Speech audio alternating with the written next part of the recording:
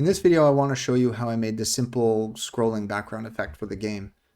I used just a single 1024 by 1024 image, and I just repeated it enough times to fill in the window. So for my particular window size and image size, having repeated 8 times is enough to fill the window. If I wanted to accommodate windows of arbitrary size, so that means any size, then I would probably have to do this differently, but for my purposes, this works just fine. 8 was enough, and so I just added a new background sections array to my game struct. And each item in the array is a background section struct, which has 2 fields.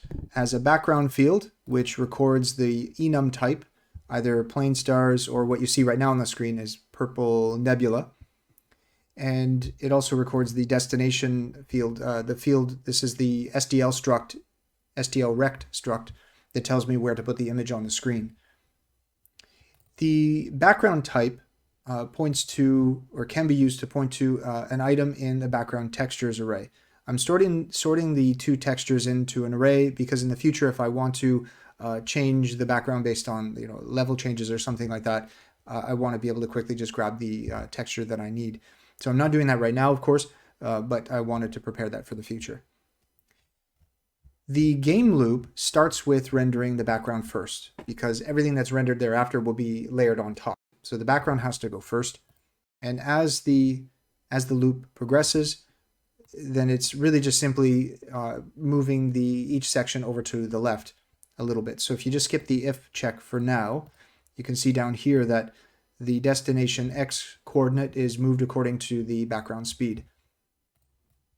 So here as the loop goes, you can see everything moving towards the left, towards the left, towards the left.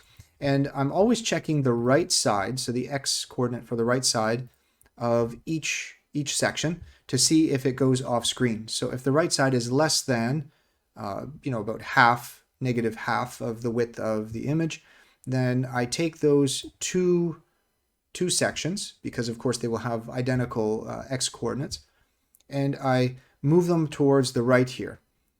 But for me to decide where to put them on the right, I check to see what the next section is. Now in this case right now, the next section would be 3 and 7.